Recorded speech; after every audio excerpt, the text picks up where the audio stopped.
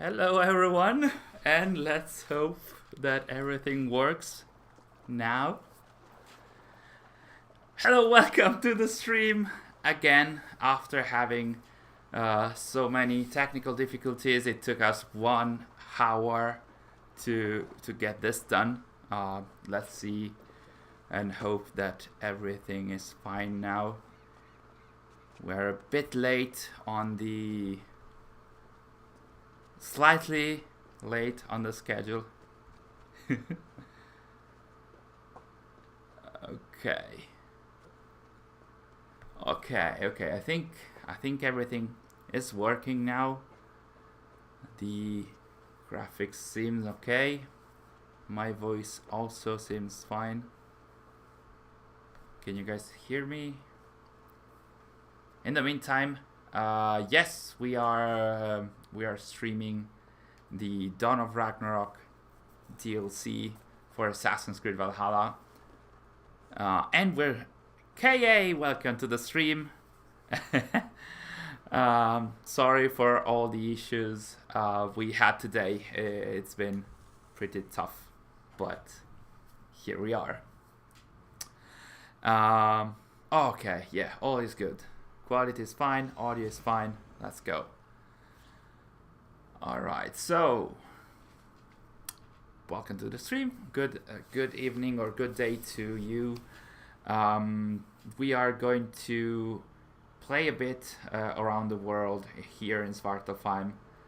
Probably go around, change our outfits that we have now.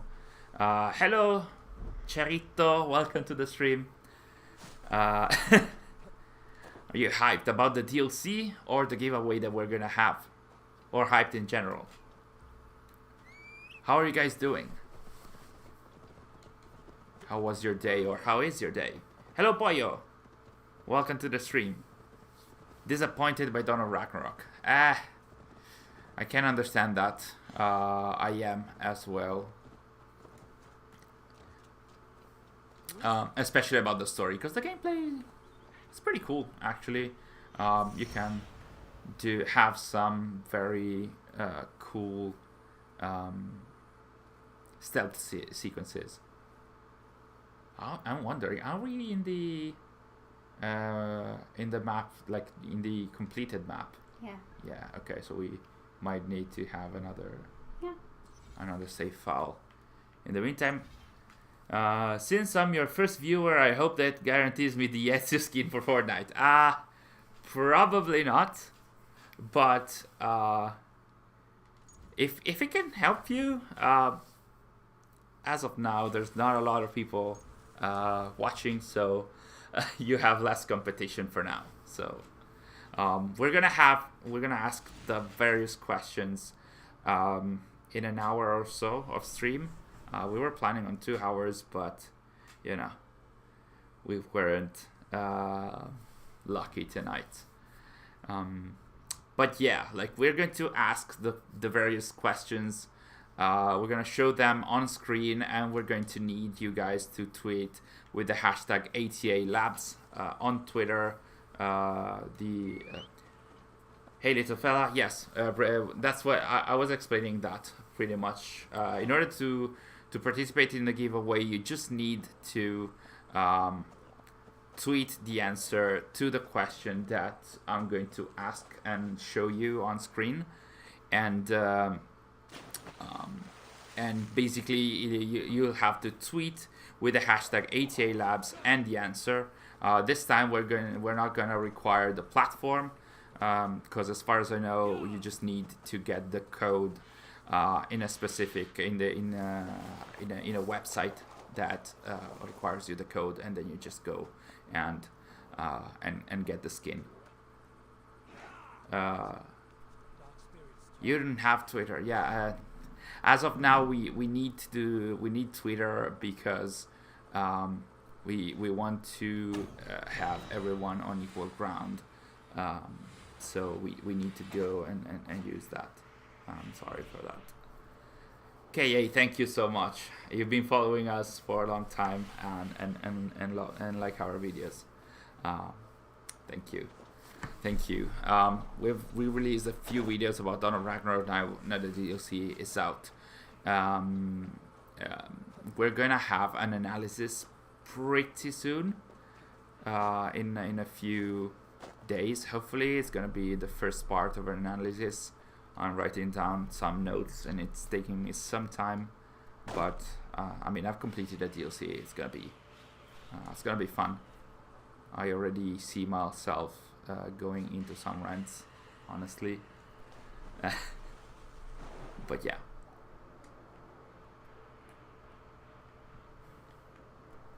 Okay, I'm just checking if the frame rate is still okay. Seems like so. Okay, so in the meantime, Sary is doing one of the. I think she's trying to kill Odin. I think that's. Are you trying to kill Odin or? Oh, you're following the path in order to get the. Yeah, because like the cursed artifacts or whatever they're called in here, you can find a path, and basically once you hit them, you need to follow the path. So you have to go underwater.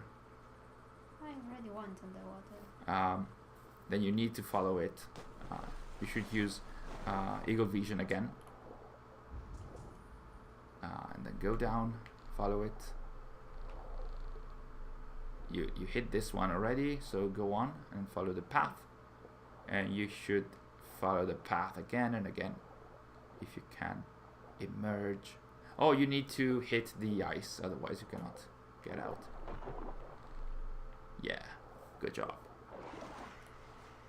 Yeah, that is what I'm looking for to get it or not. Oh, my analysis. Okay, just word of advice. It's gonna be spoilery. So,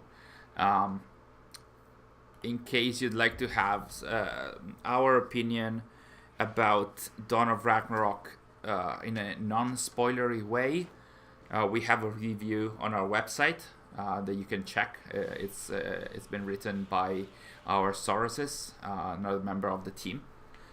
So you can find that. It's on www.accesstheanimus.com.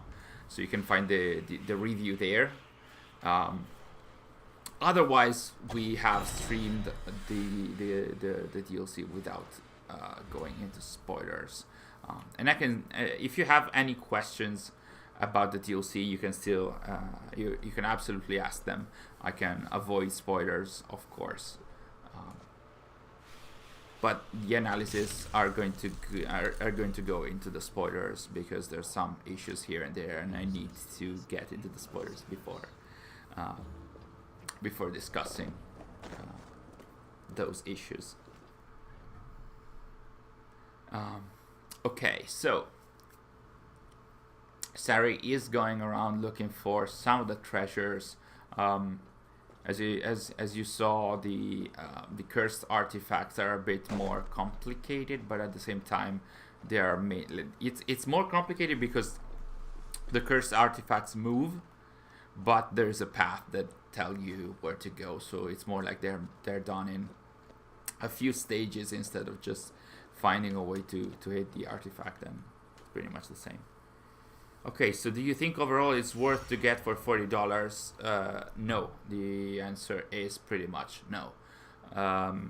My suggestion is if you are into, if you like the Norse mythology in general, you can wait for a discount and get it at $10 to $15 if they're going to do that. It depends on my answer for me to get it, to be honest. Wow. Man, you rely a lot on my opinion. Thank you so much. Yes, so my answer is what I was saying. If you are into the Norse mythology, I suggest you to wait for a discount at least at $15, because as of now, you can complete the story in 10 to 12 hours and clear the entire map in 20 to 25 hours. So I don't believe that kind of content is worth $40 or $44, as you mentioned.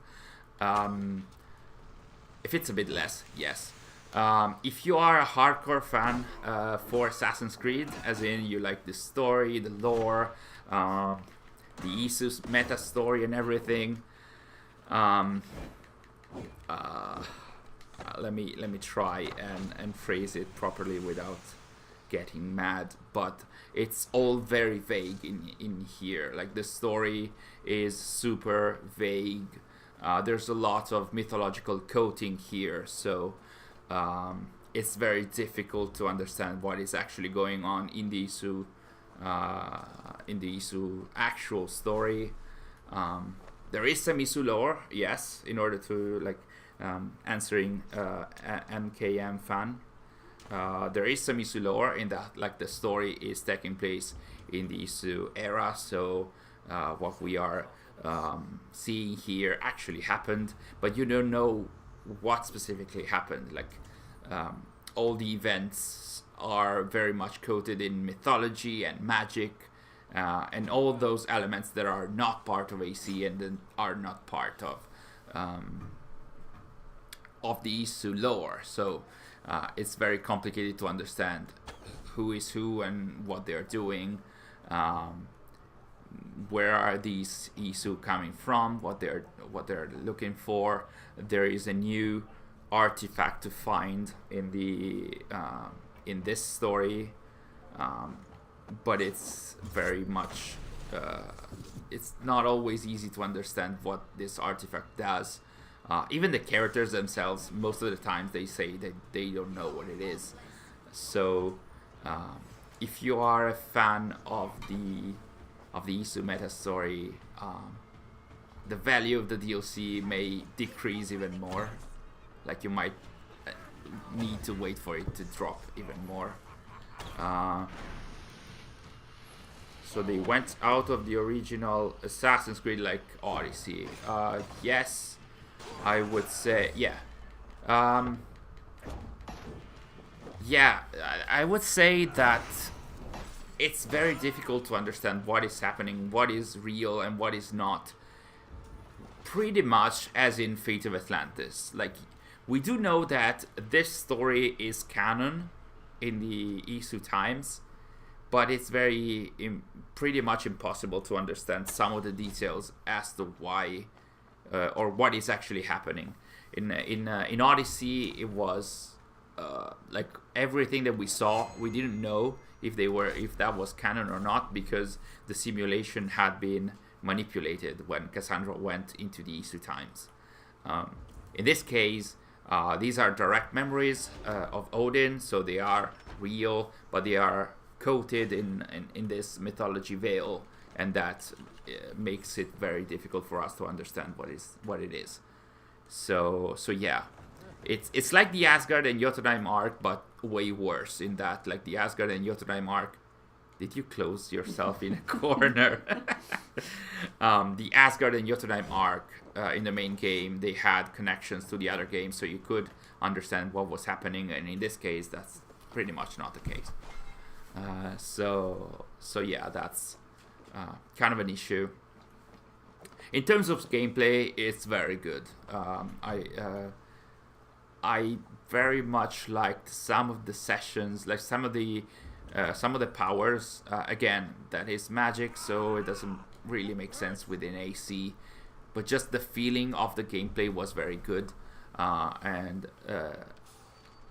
as much as I disliked the story, I very much liked the gameplay. It makes traversal way faster. It makes social stealth way more satisfying and interesting. And there's this power that allows you to teleport to the roofs, pretty much as it was the case with the Tyranny of King Washington DLC for Assassin's Creed 3.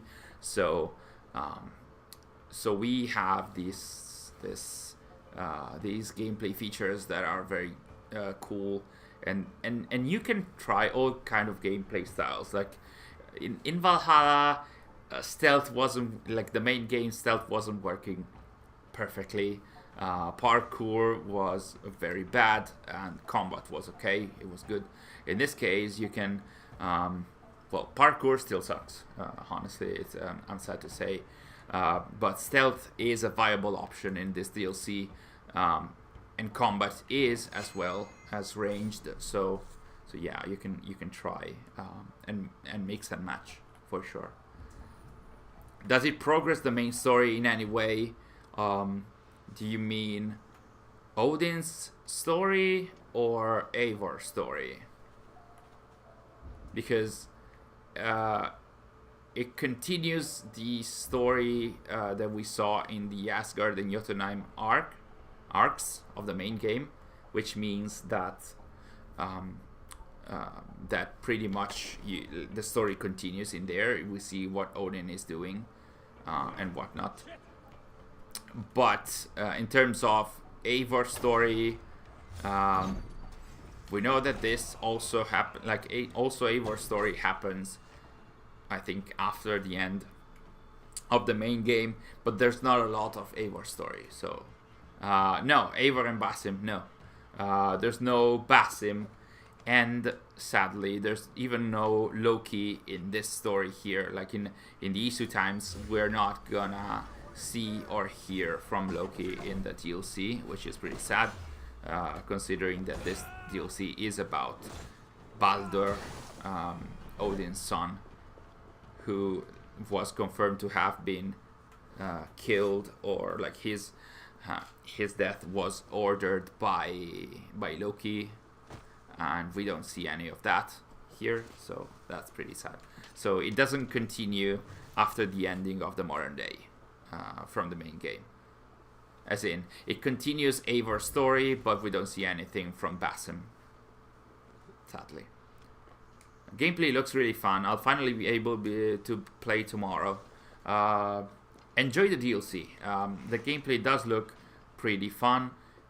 Maybe later I'm going to try and go to a specific outpost that seems to be done specifically for social stealth and fast assassination kind of movements. So yeah.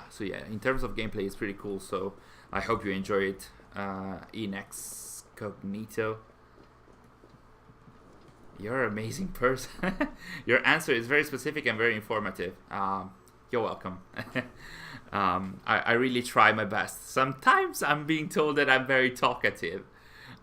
Very often. Yeah, my kind wife here is saying that I'm very talkative very often. But no. TM All-Star Hero. It's not Baldur focused in that. Like, Baldur appears only a few times, but he's the focus of the story in that Odin is, like, the entire story here is Odin trying to save him. Baldur is not shown a lot of times, but he's always mentioned by characters, and especially by Odin. Like, Odin is trying to find ways to barter either other characters that he tries to kidnap or items in exchange for his son. So basically what you will have to do here is investigate on what is Surtur's plan with Baldur, and find ways to either force him to release Baldur or to exchange something for Baldur, like artifacts and stuff, without getting into details.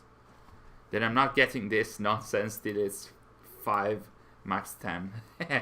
I can absolutely understand that. I can understand Norse mythology fans that just want to go on a mythological adventure and that's it. But to me, that is not Assassin's Creed. And also, because the devs had to make this a Nisu story, it means that the various story, like the main story and also the side stories, are not exactly the ones from the myth. So a mythological a fan of mythology would not find the stories that they have studied or that they normally know, which also prompted me to pretty much ask myself, like, who is this DLC for? Like, is this for mythology enthusiasts? No, because the story doesn't really follow the actual mythology, the actual Norse mythology. Is it for the hardcore fans? No, because it's very vague. You don't get what is happening.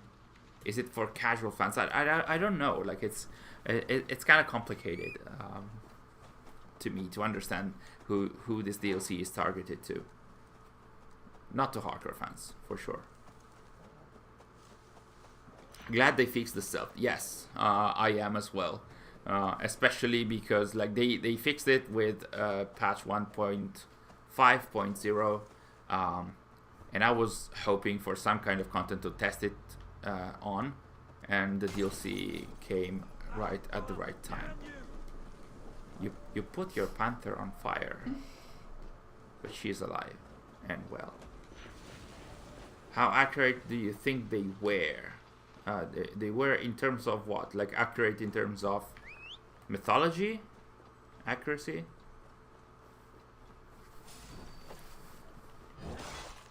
Also, I think that soon we can ask our first question for the first code. I think, I'm not sure if I mentioned it earlier, but like you might have seen it from the thumbnail and the description, but we are hosting a giveaway of 3 codes for the Ezio Auditore skin in Fortnite. This is coming off a partnership between Ubisoft and Epic with this new skin. Basically, every character is on Fortnite right now, so of course Ezio had to be there. So yeah, I'll answer KA's question and then I'm going to ask you the question for the first code for the Ezio skin. So I'm gonna say it's not super faithful to mythology because there are new characters that are not part of the Norse mythology. It's not super faithful to the Norse mythology because of the ending. Because in the Norse mythology, Surtur,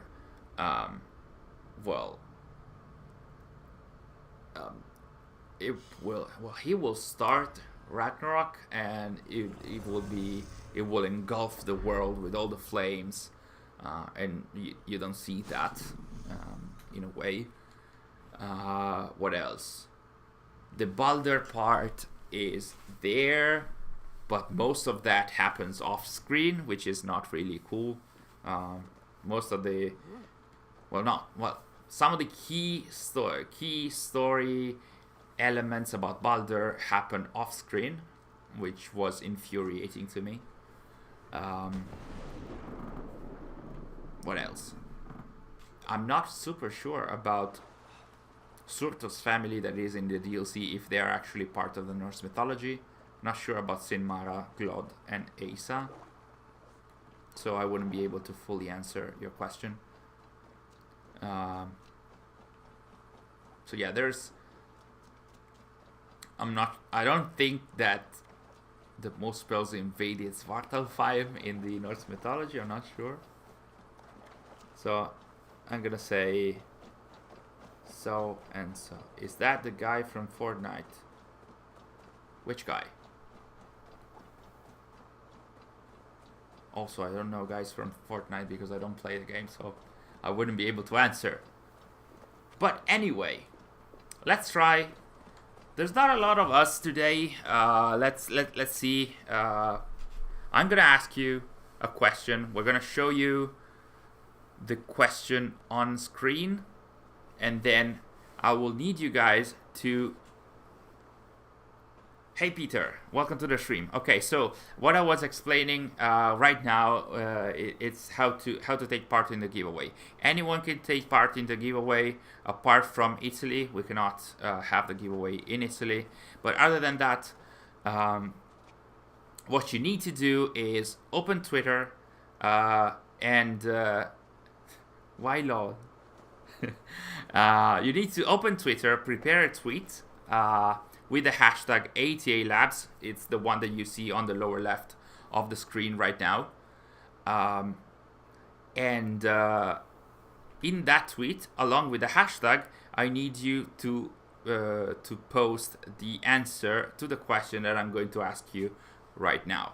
So it's gonna be like hashtag ATA Labs and then the answer, and then you tweet. So the first of you that tweets the correct answer will get the skin of Ezio Auditore in Fortnite. So let's pause the game. Hello, Gamerlil. Welcome to the stream. Man, we have a personality in here. Hello. So, let's start with the first question that is ready for the Ezio Auditore skin in Fortnite. So be ready on Twitter, hashtag ATA Labs, and then the answer, okay? So, I'm gonna ask the question. 3, 2, 1, go. What is the name of Ezio Auditore's uncle?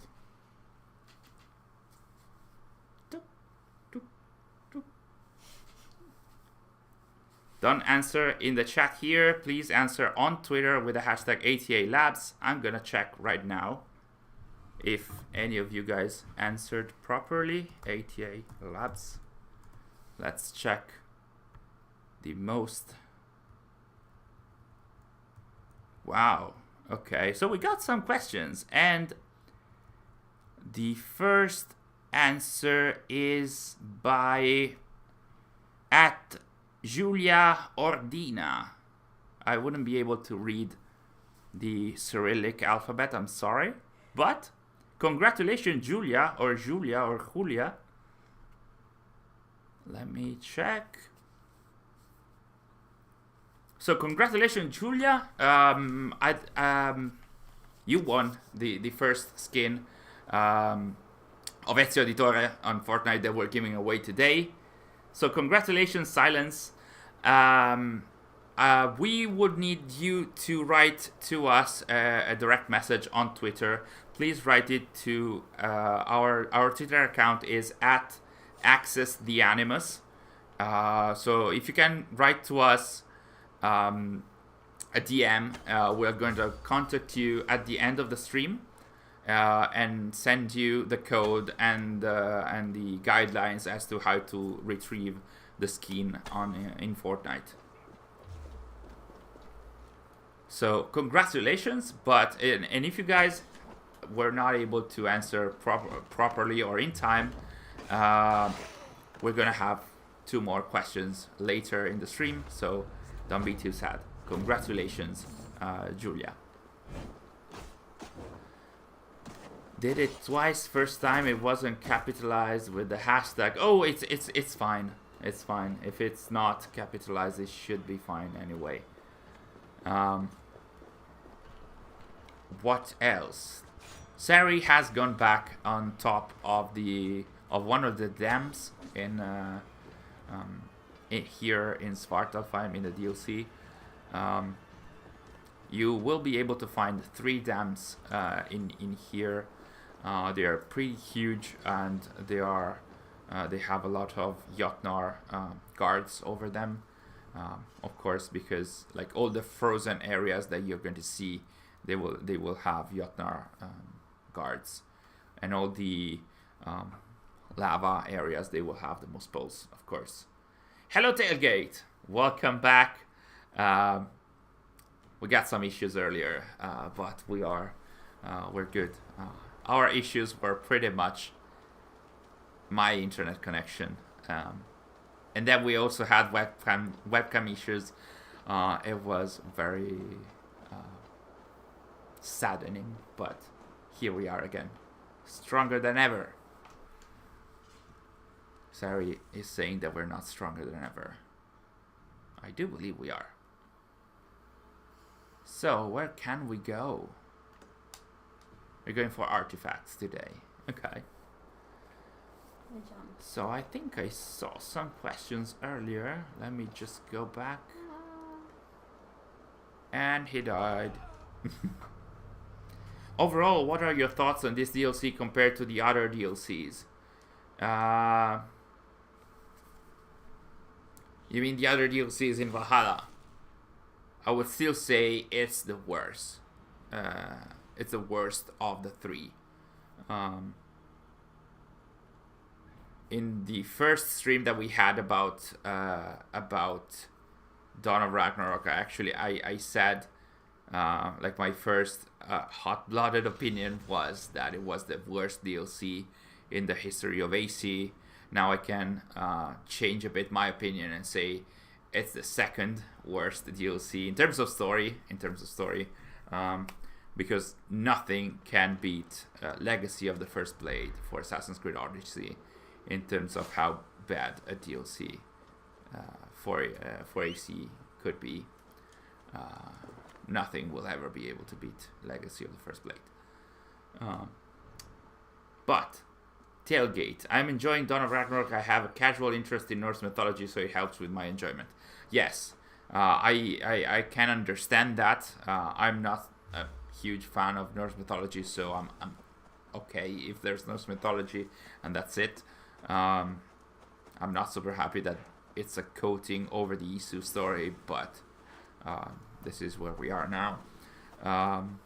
So if you enjoy the mythological part, then all the more power to you, and to all the other fans that are enjoying mythology in AC. I'm not criticizing that. Like if fans are enjoying this kind of content, that all the more power to them. Just my opinion is not really there. Cherito asks, what's your favorite AC of the ancient era? Ancient. Please just say old or classic. Ancient makes me feel super old. Yeah, okay. And regarding historical figures, what are your thoughts on how UB handled Romans like Caesar and Pompey? Wow, that's a very specific and precise question. So in terms of AC, the classic AC. In terms of historical story, I'm very biased as usual. Like my answer is always my favorite one is AC2 because I think it's the first game set in Italy that I played, and I'm Italian, so it had a special place in my heart, and also I always like conspiracies, like historical conspiracies that have consequences in the real modern day. So I was super shocked when I played AC1 and AC2 especially. So that kept a very special place in my heart and still does. And in terms of modern day, I would say Brotherhood and AC3, but also Valhalla wasn't that bad. But I'm gonna say the modern day for Brotherhood and AC3, despite what they did with Daniel Cross, was pretty good, and so I like those games. And in terms of how they handle historical figures and especially Caesar and Pompey, well, Pompey was just lying dead. There was like 5 seconds of Pompey or none. They handled the historical fact, the general idea of Ptolemy getting the head of Pompey in order to garner Caesar's favor. The gist of that was there in the DLC. They probably should have gone a bit more into details as to why Caesar did not accept that. Like Caesar, historically speaking, I think it's not just in the legends, but like Caesar answered pretty negatively to Ptolemy, bringing him the head of his rival, because Ptolemy had still killed a Roman citizen, and that was stronger to Caesar than seeing his rival being finally dead. So I think there are legends of him, of Caesar even weeping because he saw that that Ptolemy had been beheaded as well. So yeah. What I did not like about Origin's treatment of... Are we really going up the entire mountain like this? Is there another way? Okay, I'm not gonna... Because you could fly to the top of the mountain. That's true. But you cannot use the power of the raven right now. Okay. Sorry, too late. What I was saying is that I really didn't like how they actually used Latin as a language, because there's a lot of mistakes. If you go on YouTube and look, there's a very good, I think he's an American or English teacher of Latin that made YouTube videos as to how Latin is portrayed in pop culture and media and games, and he made a video about how Latin was so bad in Origins, and yeah, it was so bad. I was happy to see that there was some Latin in there, but it's all nonsensical, pretty much. Oh, you meant in Origins, Odyssey, and Valhalla. I'm gonna say my favorite is Valhalla, but only the base game, because post-launch was very, very, very bad. My least favorite is Odyssey, because it had so many story issues. It created so many canon issues. And let's not talk about the DLCs there, with all the adding choice and then taking choice back from players with Cassandra's son and everything. That was very bad. So yeah, my favorite is Valhalla. Only the main game though. AC2 is excellent, and my all-time favorite AC as well. I mean, AC2, I do believe that we also have a good memory because of nostalgia, but at the same time, everything about AC2 was pretty amazing, especially for the time. At the time, AC was a trendsetter and not a trend follower, which was pretty cool. Loki is free, and so is Fenrir. Okay. Yeah, vendor, please don't post spoilers. Sary, what? Do you need some help? Okay. Yeah, vendor, please don't post spoilers. It's been only 2 days after the release of the DLC, so just be careful. So you died again. We could also do other stuff than climbing a huge mountain and then dying, you know. I wanted to go to the Valkyrie Arena. You wanted to go to the... Isn't there fast travel? No. Are you sure? Yeah. There's no fast travel? No. Because it's not... Okay. Oh, because it's part of the quest. Yeah. Okay. And you're trying to go from here? Yeah, well... That's a strategy, I guess. In terms of DLC for Valhalla, I think I prefer the historical DLC content, because the Dark Ages is a time period I'm interested in. Same, not because I'm particularly interested in the Dark Ages, even though I am, but more likely, more specifically, because that's historical, and I think we need more historical parts, more grounded AC. There's been too much magical, nonsensical stuff in AC recently. I think we really need some more grounded stuff about assassins and Templars. And here we're meeting Kara. At last. At last, if we're not dying while jumping off the cliff. We're meeting Kara. That is the Valkyrie that hosts the Valkyrie Arena, where we can test some stories and some challenges, some fights. So Sary is going to fight some enemies now. So let's test and let's see how she fares. In your opinion, what would you say is the best and worst aspect of Dawn of Ragnarok? Asks Art Surgery. Oh, that's a very nice handle. Um, to me, it's very easy. Worst aspect is the story. Best aspect is the gameplay. If we want to get a bit more into detail, I mentioned earlier the story is too vague. To me, it doesn't cater to the mythology fans. It doesn't cater to the hardcore fans. It's so vague that you don't get what is happening in the actual ESO era. Some key events are happening off screen, especially events that hardcore fans might have been waiting to see. So pretty much that's it. In terms of gameplay, more specifically, I really like the powers. The powers, they do improve in all the aspects of the gameplay, especially stealth and traversal.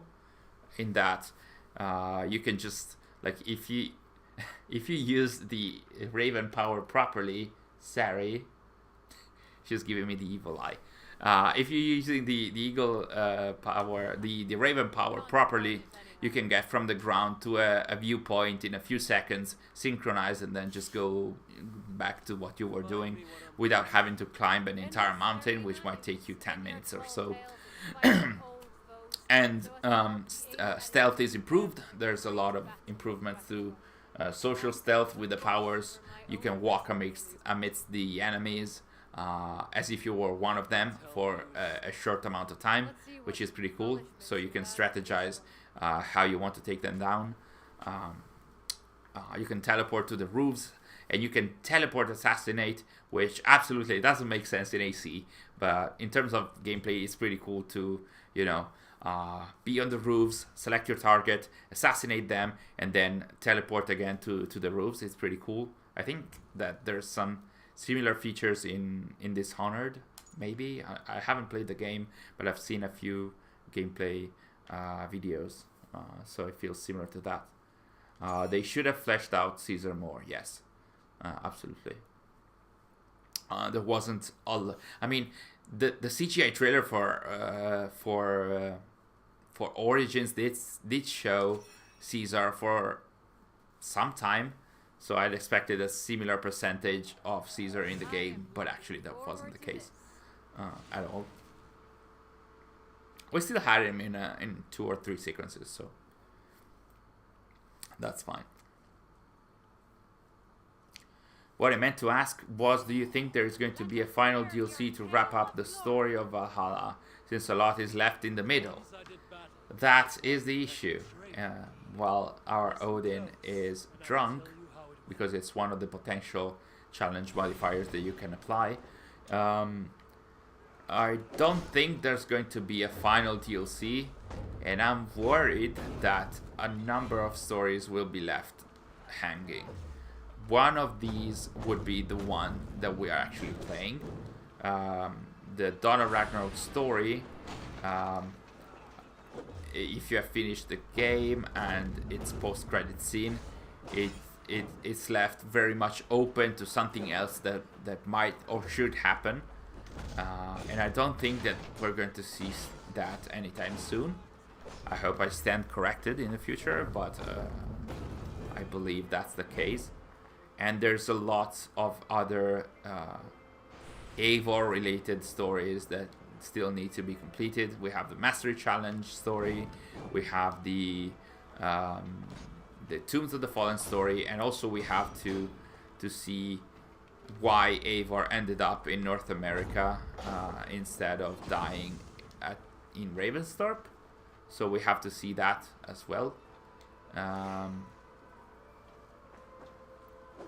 Darby McDavid mentioned that there might be something about how Eivor ended up her days in England, so we might expect that, but I'm not sure about the rest. They keep using drugs / pieces of Eden and other use of tech to explain away magic, and that trope is getting a little bit tiresome. Yes, I was thinking I would like to do at some point a video showing all the times where Eivor got drugged. in order to explain magic or ghosts or whatever. And I think that it happened at least 10 times, but I would imagine even more. Like like she gets drugged in the Tombs of the Fallen activity. In the main game, there's more than one quest where it happens. Then she drinks the potions to get in the mythological world, and then she also gets drugged in the festivals. And then did I mention Tombs of the Fallen? Maybe. Like that happens so many times that feels a little repetitive. But anyway, why even start the threads of these unanswered storylines if they're not gonna complete them? And then loot the hardcore fans who just want the full story. I agree with that fully. I'm not sure. I mean, they might follow up on this. That's just my opinion. I hope, like I mentioned, I stand corrected. But I would expect Tombs of the Fallen and Mastery Challenge to be wrapped up, because they said that Dawn of Ragnarok kickstarted year 2 of the support for Valhalla, but year 2 should have started around November of 2021. And actually, between November 2021 and now, there was the crossover, yes, but I'm not sure if that was part of year 2. And then there were 2 patches, I think. So I'm not really sure. I mean, I would expect more content in year 2. Otherwise, I wouldn't have called it year 2, but just 3 months. I'm gonna stop and interrupt you, user. They are spamming the chat. Hide.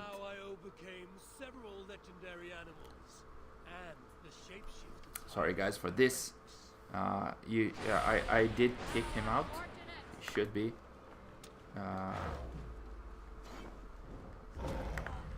All the messages should have been deleted now. It took some time, but it should be fine. Maybe some storylines will get finished in AC Infinity.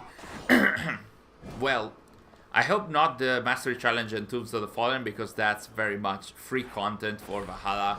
I don't see that happening elsewhere. But maybe if they're going to have like mythological content on Infinity, yeah, that story might be continued. I hope that it's told in the actual Isu visuals, but I'm not holding my breath considering what they're doing now. I'm not even sure how many of your first Civ lore related videos I have seen and how much interest I have invested in the story because of your channel. Oh my god. No pressure there. So much responsibility. Well, I'm trying my best to highlight the good stuff, the good Isu story, and I know that might feel that there's a lot of Isu story that is cool and everything, and sometimes Ubisoft does not deliver on that. I mean, that's the content that I like, so of course that's the content that I create on the channel, apart from the news and everything, of course. Yeah, I mean, I'm a hardcore fan. I do like the Isu content. I do know that there's so many issues connected to it, and there's always been some issues connected to the Isu. Even though it's been only in the recent years that they're trying to use the Isu as a way to justify having magic and mythology in the game, which is pretty bad in my opinion if it's not done properly. So yeah, but if you like the Isu story, we're gonna have some more analysis on the deal. Well, some more. Our first analysis on Dawn of Ragnarok. So even there, I'm going to try and highlight the few elements that I would salvage from the story here. and of course criticize instead the elements that I don't believe to be good or proper in this DLC. Always in terms of story, because that's going to be a story analysis. I'm not gonna make as many videos as I did for Valhalla, both because it's a shorter content and also because a lot of this is super vague. So I also get sometimes to the point in where I see, if the story is so vague, why should I spend, like, if they did not spend enough time or resources to make the story comprehensible, then why should I spend my time analyzing something that is just made up of small hints and metaphors, as it was mentioned. So a lot of you have asked for the analysis, and I also want to do it. So we're gonna have that. It's gonna be, I would imagine, 2 to 3 videos. Hopefully one of those could release next week. So fingers crossed. I'm so tired of Ubisoft basically stringing us along for years. Yeah. The thing is, it's always. I also understand that it can be. Oh no! You didn't even realize that they. At this point, Ubisoft is also in a. We have to recognize that, like, if they want to make a game that everyone likes, it's so complicated to now appease every kind of fan, because, like, there's fans that want from the games the exact opposite. But yeah, for the hardcore fans and the long-time fans that have been here for so much time, yeah, we've been stringed along big time.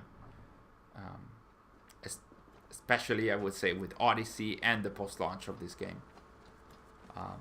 While I would say that Valhalla as a main game, it was a very good game, both for casual and hardcore fans, and it had it struck the right balance for both types of fans, which I didn't think could be possible. Crafting Ranger, welcome to the stream. Nice to see you today as well.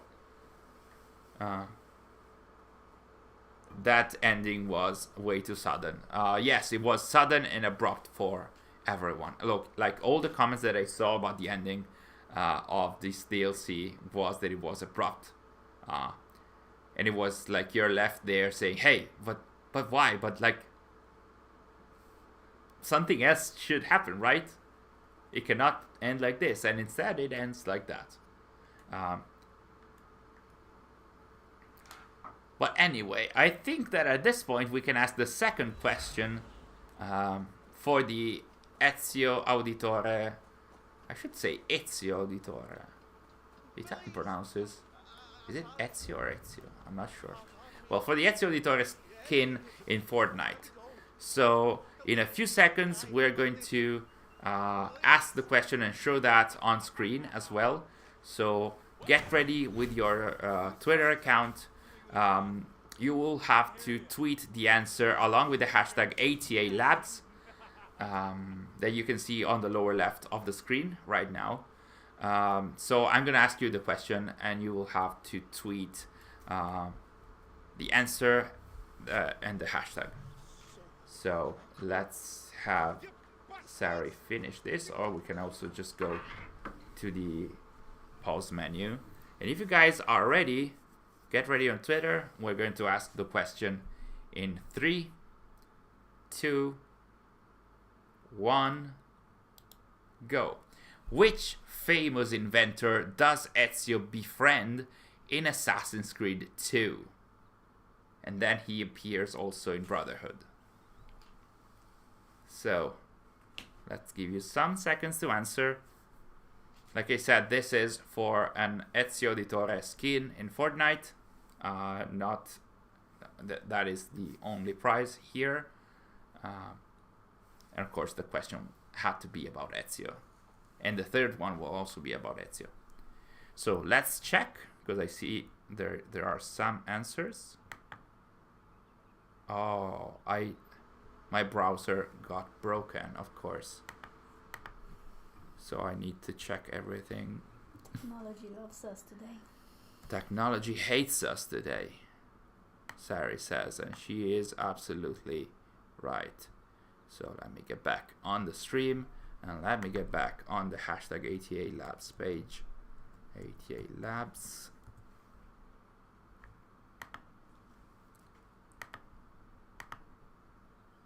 Okay. So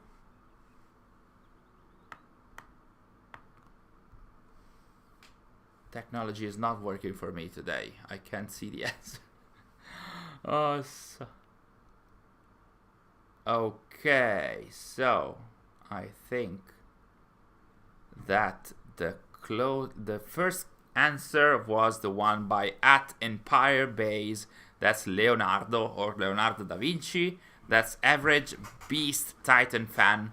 Congratulations for winning a skin for the Ezio Auditore, an Ezio Auditore skin for Fortnite. So congratulations, @Empire Base.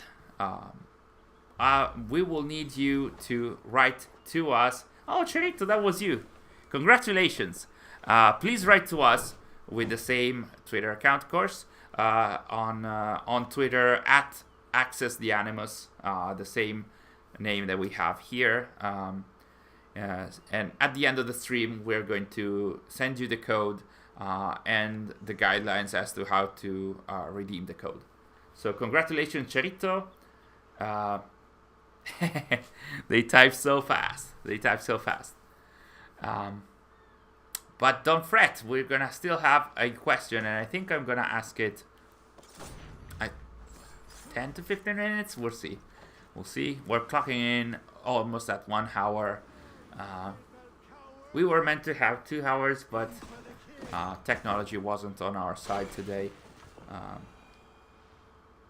Yeah, Francisco, we still have a third question, so good luck to you all. I'm not gonna ask the question right now, so you can relax a bit for the time being, at least.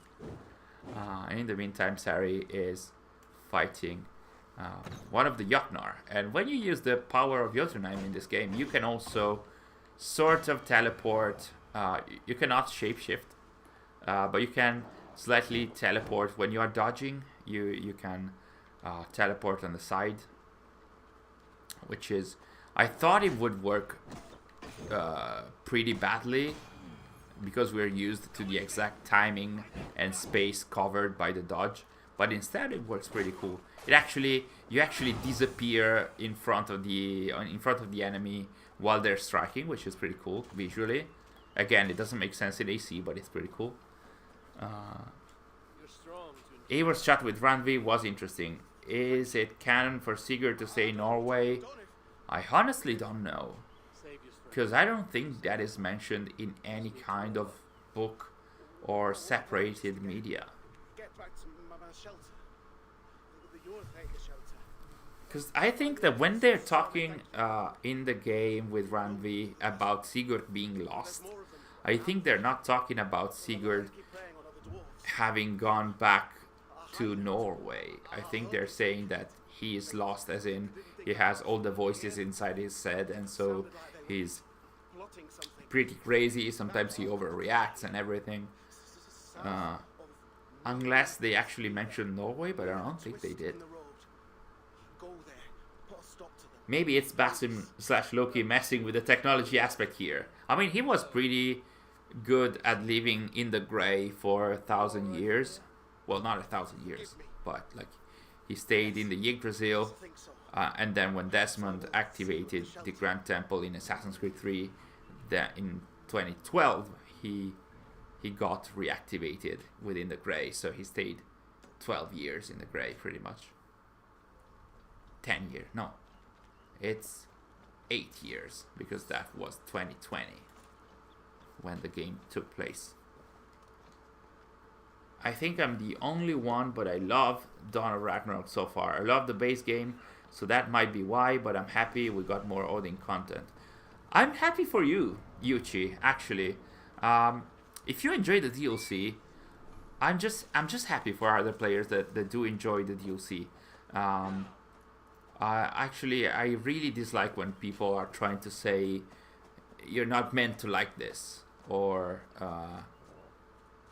just try to impose their opinion on others. Like, if you enjoy the DLC, it's cool and it's nice, and you should be happy to say it like you did in the chat right now.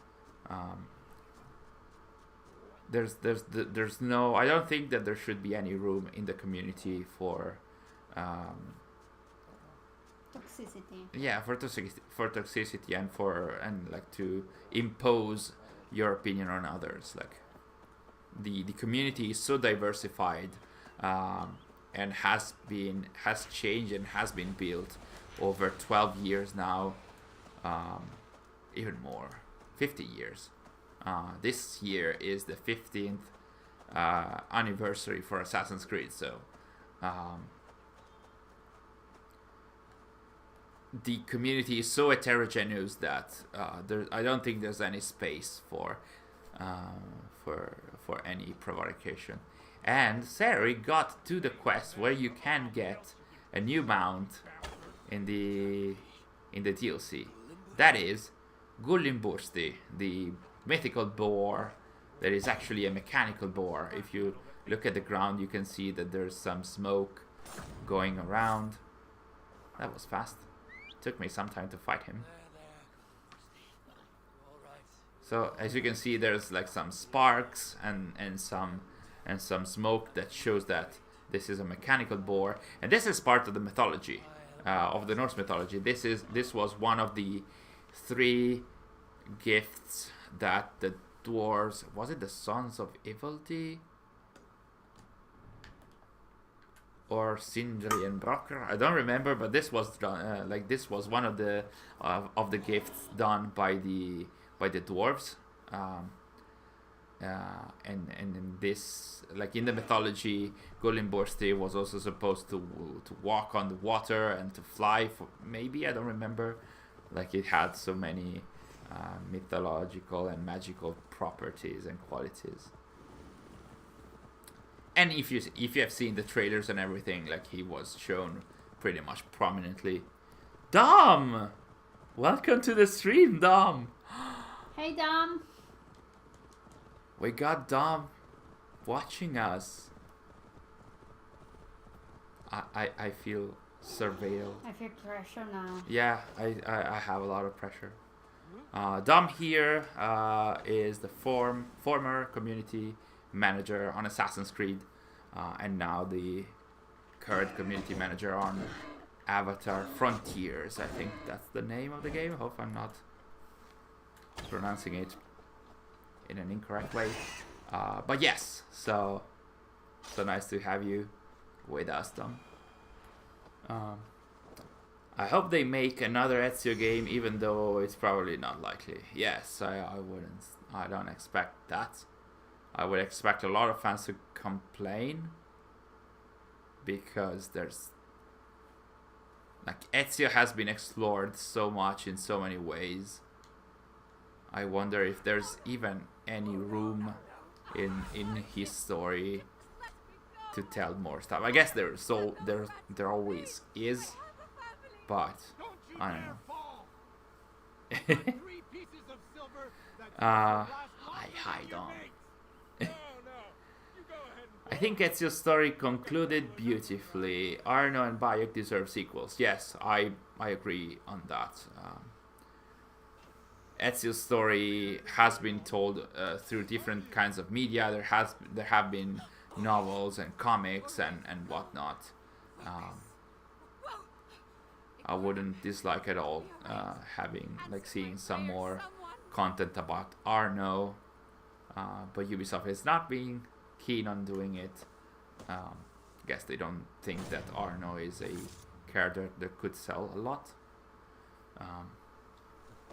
I would expect some content, some crossover in Origins, because Ubisoft mentioned that they are going to look into having the 60 FPS patch for Origins, so we might have some more content on Bayek or Aya. Who knows? I mean, it's a crossover with Cassandra. If it's that kind of content, I would expect it to be with Aya, who was already playable in Origins. So I guess that could be a thing. I don't think the map is Vinland. Would make sense with who appears after the credits. Could be, yes. Or not, depending. Because, like, at the beginning of the DLC, that character is mentioned to be fleeing Suttungr and Gunlodr. So, she shouldn't be in that specific area that was located in Jotunheim. I'm trying not to go into the spoilers. But again, the DLC is so vague that you cannot make any proper connection to understand if where this is happening, when is this happening. Well, there's some context to that. What is happening? The issue is what is happening. So, yeah. I heard Infinity will be a reboot of the franchise. I don't think that has been officially mentioned. I think there's rumors here and there, but I would expect that to be a continuation. There have been rumors about Ubisoft redoing some of the games, some of the old games, or having, like, retelling some of the old stories, like Ezio Auditore and everything, in a more streamlined and shortened version. But I wouldn't call that a reboot. It's more like a re-edition of their story. But again, those are all rumors. There's nothing official about this, apart from it being a platform of some kind. Will they pick up the storyline post AC Rift? Hopefully. We don't even know if AC Rift is going to actually progress the story. If it's a thing. If it's even a thing. I mean, I would expect it to be a thing because there's more than one journalist site mentioning the code name for the project. But again, as usual, we need to pick that with how do you say, with a grain of salt. So we can't know for sure. Oh, you're gonna do a somewhat of a boss battle. In the DLC, you can find, I think, 5 generals of Suttungr, that is Jupiter from the Isu era, and basically he sent these generals to oversee the Jotunheim part of the Jotnar part of the invasion here. And so that's pretty much the very simplistic version of this. And in terms of gameplay, they are 5. I think they are 5. Or no, there are 6. There's also a 6th one. But basically, there's 5 in the main map because each of them will grant you with a piece of the Jotun set. So of course they have to be 5. And then the 6th one will grant you with a weapon. Or grant you a weapon. I would like to see AC Infinity content set in the US during the Prohibition era. That could be interesting. I agree with that. I would say that any kind of content in the US in the 1800s or later could be cool. Or in general, any AC content in the 1800s would be cool to see. I would argue that Italy in the 1800s would be cool as well, but Italy has been featured so many times already in AC. So Flavia Auditore game becoming an assassin, I don't see that happening. I wouldn't expect more Auditore family to appear unless it's way before or way after. Would have liked to see the story of Domenico Auditore, who was the founder of the villa in Monteriggioni, who also met Dante Alighieri. But that story is also told through some documents already. So, is Darby working on future Valhalla content? I think he mentioned somewhere that he might be, and he also hinted at in an interview with Axios.com that he hinted at Eivor's story, well, the end of Eivor's story being something of a lingering question that is going to be answered. So I would expect him to be working on that. So I would say probably yes, ED747, but I'm not sure. I mean, it's not confirmed yet. I would hope so, because when Darby and the team that he worked with, of course it's not only Darby, but when they're not involved, sometimes the story doesn't seem to be properly checked or validated. That's the word that I was looking for. So basically all the modern day main characters have their stories wrapped up. Loki, however, is now the main guy in the modern day. Maybe the first issue to be in the modern day. Ubisoft can't just ignore that. You would be surprised. You would absolutely be surprised. If I wouldn't be surprised if they moved on to another character without having Basim again in the next game. I mean, next game, if the rumors are correct, it's gonna be about Basim, but we don't know in what capacity. So yeah, I'm not sure. I would hope they continue with Basim, because it wouldn't be very good to just, leave with that cliffhanger and then drop Basim's story. But most of the stories of the left with the cliffhangers recently were not delivered upon, such as the ending of Origins with William Miles meeting Layla and them having to have some kind of conversation, a helicopter that had to get there and collect them. Nothing of that was shown, and Odyssey started with Layla already part of the assassin, with nothing of that happening on screen. So I wouldn't trust necessarily on Ubisoft to follow up on that story. I hope that, but I wouldn't hold my breath. Off topic, who are you rooting for in the World Cup football? Again, I'm biased. That will be Italy. I'm not sure if Italy is even participating. Or if I recall correctly, we lost a lot of matches. I'm not sure if we're participating. And that shows how much I'm following football. I'm more of a Formula 1 fan. And today they released F1 Drive to Survive, the Netflix TV series. I can't wait to watch it, even though it had very bad reviews, honestly.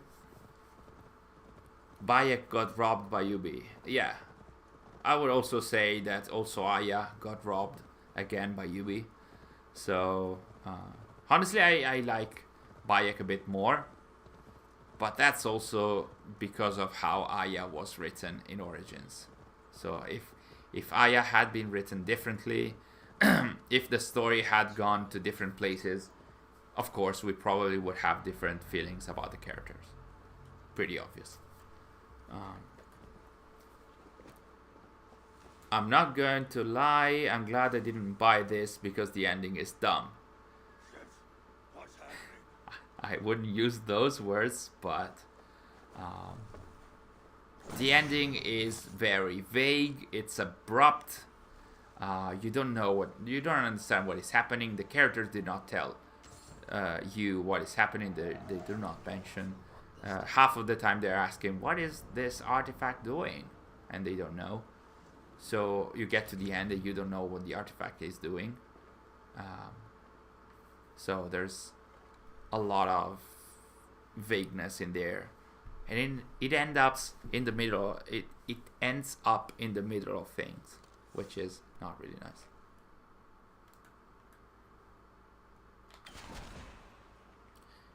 About to head on Dawn of Ragnarok. I don't know. Somebody enjoyed the DLC. Um, like I mentioned earlier, it's not like if you're seeing negative opinions, then you have to have one as well. Make up your own opinion. Try the DLC. My suggestion is try the DLC. Maybe not now because it's super expensive. Just wait a bit, and then make your own opinion. It's always my suggestion, even though I'm very flattered if you guys every now and then are asking my opinion about this kind of stuff. I would like another Templar game. Honestly, yeah. Would be time. It could be time. But it would have to be a Templar game. Because if it were a game about the Order of the Ancients, the Order of the Ancients has been described, even especially recently, as a faction that is very much, how do you say it, obsessed with Isu. So they are very negative in there. While the Templars, they do have some positive aspects. They do have, they're always working towards peace, even if their means is not really the ones that the assassins like. But at least they're working towards peace, while the Order of the Ancients is really working towards the Ancients. They are Isu obsessed characters, and that is why King Alfred did that kind of reform that you see at the end of Valhalla's main game.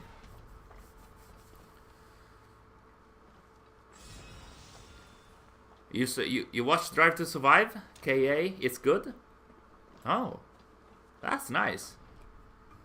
Oh, this time then I'll lean into your opinion, and thanks to your opinion, we will watch it after the stream is over, and see how it is. So it was a nice exchange of opinions.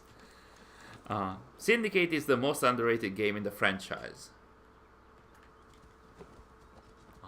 I wouldn't know what is the most underrated game, in my opinion. Rogue, maybe? Either Rogue or Syndicate, because I was about to say Unity, but Unity is not underrated. Like, it was heavily criticized because of the bugs and everything, but it's a huge and beautiful game, Unity. Again, not sure about the story, but visually it's amazing. Syndicate, a lot of people, me included, always said that Ubisoft tried to play it easy after the disaster that was Unity's release. But I also believe that it's a very happy go-round kind of game most of the time. But we need one of those every now and then. I really enjoyed walking around London, honestly. Also because that was one of the rare opportunities where the NPCs were talking a language that I actually understood, instead of, Egyptian, Greek, Old Norse, or Old English. So that was very cool. Walking around London and hearing all the side dialogues.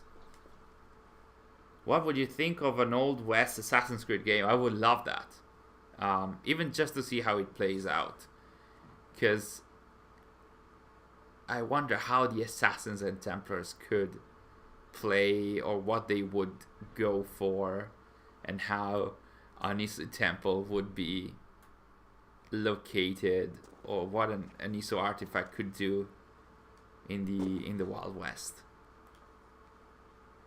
I mean, now that Red Dead Redemption 2 is well, dead and done.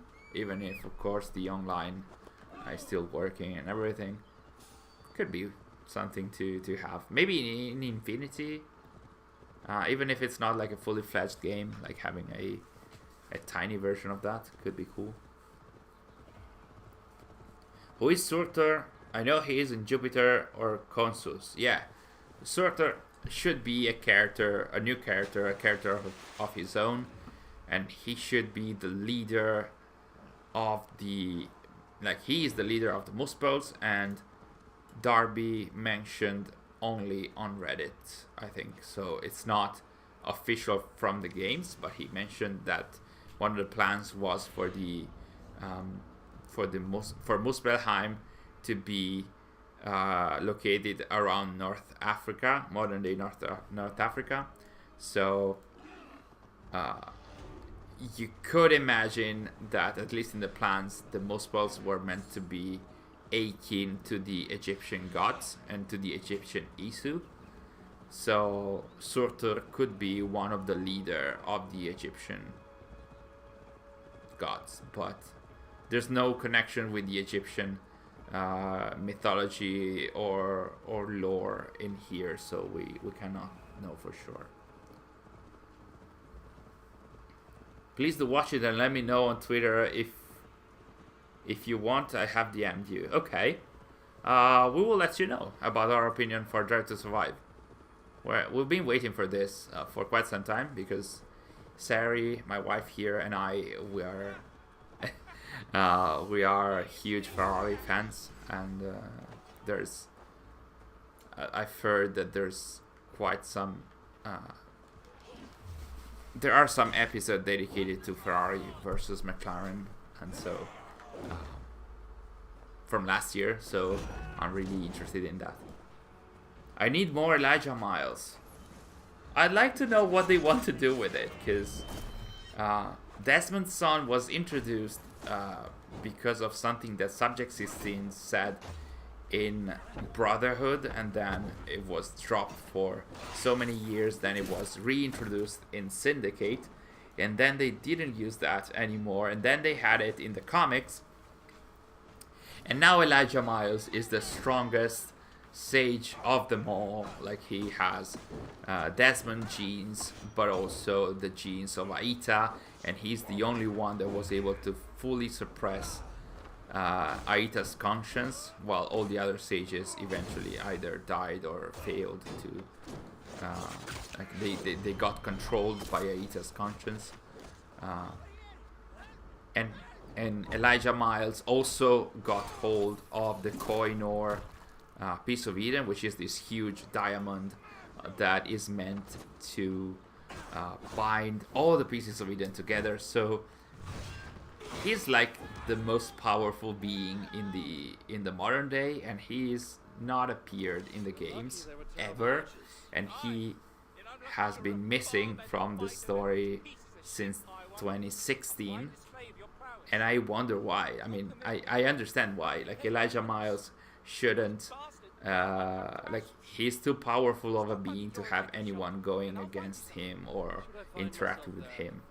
Like, he's like a Deus Ex Machina. So, are you multilingual? Depending on what you mean by that. I mean, I do know English. I can read Spanish and French. I can use. Well, in the past, we also translated some chapters from Japanese mangas dedicated to Xiaojun, and also some Chinese manhwas in the past. So, I mean, I don't know Chinese or Japanese. I used some translators, but also dictionaries. I spent a lot of time curating those. I would also enjoy AC in the Byzantine time. Well, we had Revelations to a degree, so at least we had that. So Surtur could be Ra, the Egyptian god of sun. Possibly. The thing is, in Origins, we did not see any issue with the name. Like, we saw some visual representations, and then we saw the trials of the gods, but those were very much, they were animus glitches, so those were not gods. They were not Isu. If I recall correctly, we didn't see any Isu, any Egyptian Isu in Origins, which was a very much a wasted opportunity. So yeah, you could call him. It could be an idea to have him as Ra, or Horus. But it should be Ra. Or Amon or Amon. I don't know how you pronounce that in English. Could be. Do you think that they would do an AC open world like Battle Royale type of thing, like World of Warcraft? Ubisoft has tried so many avenues that I wouldn't surprise if they eventually did a Battle Royale game. And I wouldn't even be against it. Like, if you are open from the start and say, hey, this is not canon, this is just for fun, I would be open to play it, and probably I would enjoy it. Like, imagine a Smash Brothers kind of game with all the ESC characters. It's feels weird, but if you just say this is not canon, or this is just made up by the animus or whatever, and it's not part of the main story and everything, why not? I mean,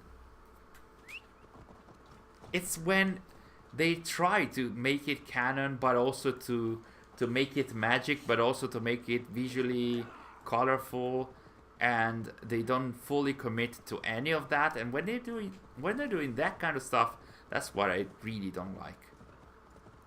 It's the same that happened with Wrath of the Druids when they tried and do a mythological part with the Balor fight, and that mythological part was not correct in terms of mythology, but it had also a lot of issues in terms of Isu lore. So doing something that is not fully committed in one direction and is not fully committed in the other direction, why are you even doing it? It's that, like, my main gripe with content like this. And that is also why I think that they should stop for a bit doing mythological stuff and reassessing how to do it properly.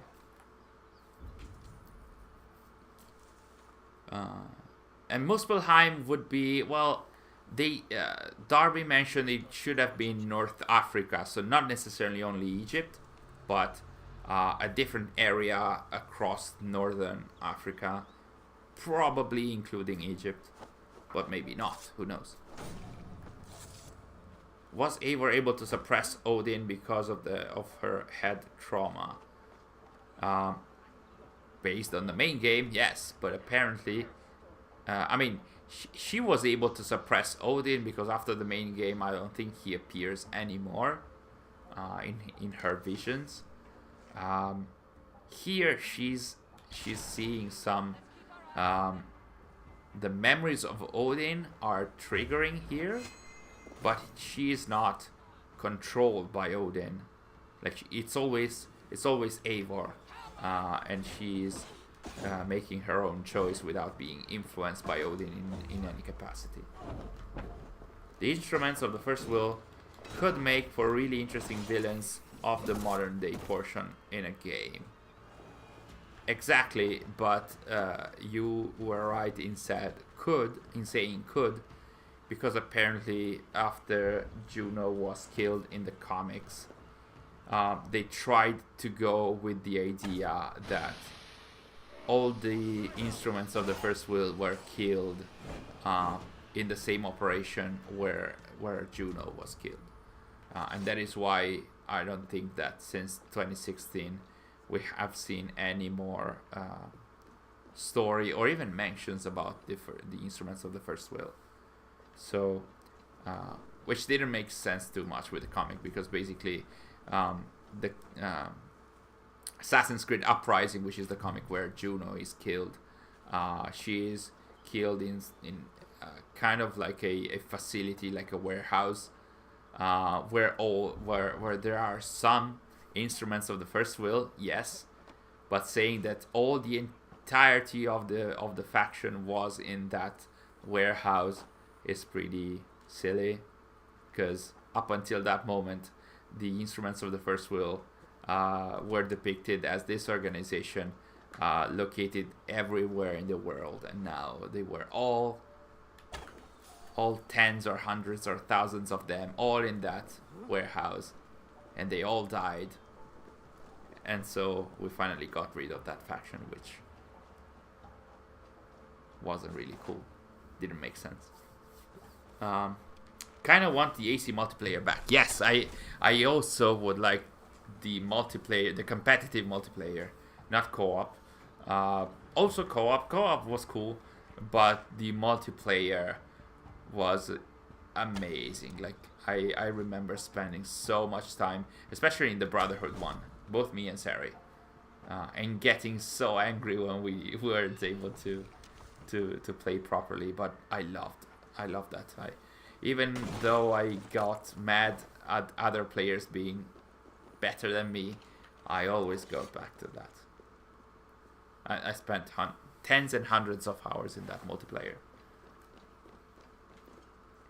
Do you think that Eivor will become a hidden one? I would say no. At this point, I would be pretty mad if Eivor got to be a hidden one in a free content that lasted, I don't know, like 1 hour or something. I would be pretty mad if she didn't become a hidden one in the main game or in a pet content, and if she became a hidden one in a 1 hour long content, probably not. Managed to catch you live for once. Welcome to the stream, Nick. I'm so happy we could meet live at last. Valhalla is definitely more comprehensive because of your videos. Great work, folks. Thank you so much. You're so kind, really. In your opinion, do you think the DLC is worth the full price? No, absolutely. That's the short answer. The short answer is no. A lot of you have asked me about this. My answer, but I think also your Raptor said something similar, and a lot of hardcore fans in general, but I think also a lot of fans that play AC not for the story but for the gameplay or the items or whatever. It's not worth $40 even if you enjoy the content. And if you don't enjoy this kind of content because it's mythology, it's even less worth it, in my opinion. Do we know which country is Svartalfheim? No, we are trying to investigate this. I tried and have an idea in the analysis, in the script that I'm writing for the analysis, but even the idea that I had did not make sense when I thought about it. So at the moment I don't have a solid idea. There are a few options that you can try and imagine based on the context, like how close is Muspelheim here? But then again, the DLC does mention that the flying rocks that we see in the sky, they are the means of transportation through which the Muspels got to Svartalfheim. So even then, it means that these invading Isu, they got here by flying. So that means that we might not even necessarily be close to North Africa. We could be anywhere else in the world. Who came up with the dumb idea to kill Juno in the comic and not in the main game? I don't think we'll ever know the full story. The official stance, if I recall correctly, was that they did try to find a proper way to kill Juno in the games, and they did try to find a proper story for Juno in the games since AC3, since after AC3, so since AC4, and they never were able to. And so every time it was a cliffhanger after cliffhanger, with Juno never being able to do anything. Like, she was just a looming presence, but never came to do actually anything. And thus, at some point, when they saw that even with Syndicate they wouldn't be able to do anything with that. I don't know why they weren't able to do that, but then that's where they decided to move that to the transmedia, which also failed, by the way. Like, if I recall correctly, Assassin's Creed Uprising tanked so much that the first 2 volumes were released in physical form, and then the third one was released only digitally, and then only sometime later they released a full package of the comics. And Sary is telling me, hey, it's time for the third question, because then we have to wrap up. So like I mentioned, let me retell you all what we're going to do here. This is the giveaway for the Ezio Auditore skin in Fortnite. We have just one left, so this is your last occasion to get one. What we're gonna do is I'm gonna ask you a question. We're gonna show it on the screen as well, and get your Twitter accounts ready, because you will have to tweet using the hashtag ATA Labs that you can see in the lower left of the screen, and the answer to the question that I'm going to ask you and show on screen as well. So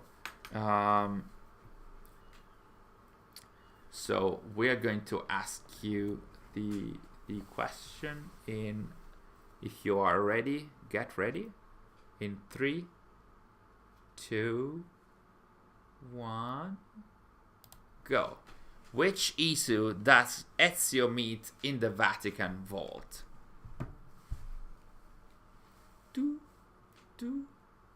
Ezio has met or at least seen a number of issue, but this is the first one that he meets in the Vatican vault in Assassin's Creed 2. It's a she. I think you guys have already answered. Let me check who was the first to answer. The first to answer will get the code, as we mentioned in our rules and guidelines. Let me see. The first proper answer is by @GreasyBaconator or Square Tentacle. That's Minerva. Some other participants, you guys, you misspelled Minerva. You could have won, but you wrote Minerva and Minerva. So congratulations, Greasy Baconator. You are the third and final winner for today. Oh, Nick, you made it at last. So congratulations. As I mentioned to the other winners, we need you to write to us to the Access the Animus Twitter account.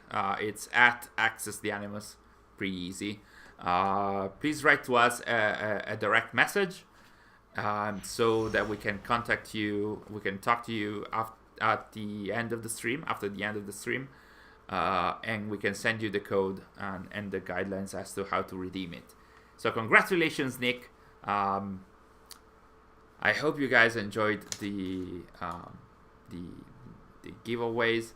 I wasn't sure how many would have liked this, because when you cater to hardcore Assassin's Creed fans, Fortnite is really not a match. But I think we showed a question for a second. Okay, yes. So Sary is also mentioning that while I'm having you guys here, tomorrow we're going to ask you guys a question on our social media, Twitter, Facebook, and I think also in the YouTube community feature here.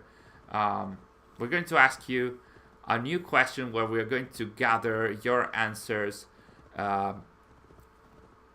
for an upcoming video that we're going to do. Like, if you have followed our channel, we had the community reactions video before the release of Dawn of Ragnarok, and we did that by asking you a question on social media and gathering the answers that use the hashtag ATA Labs. So we're going to do the second one tomorrow. We're going to raise the questions tomorrow and then get all of your comments. So if you'd like to participate, keep an eye on the Access the Animals social accounts tomorrow. Not sure exactly when. It should be in the afternoon CET time, but the question will be up for the entire weekend, so you can't miss it. I'd be happy to know your opinions as you guys are sharing them in the stream. And if you answer by using the hashtag ATA Labs, I'm going to share your comments in one of the upcoming videos. I'm not sure if we can share all the comments with the hashtag, but we're going to try and highlight as many as we can, for sure. So keep an eye on our channels tomorrow, on our social media. What vehicles did the Isu use? I don't think it was shown, but if I recall correctly, there was in Assassin's Creed 4.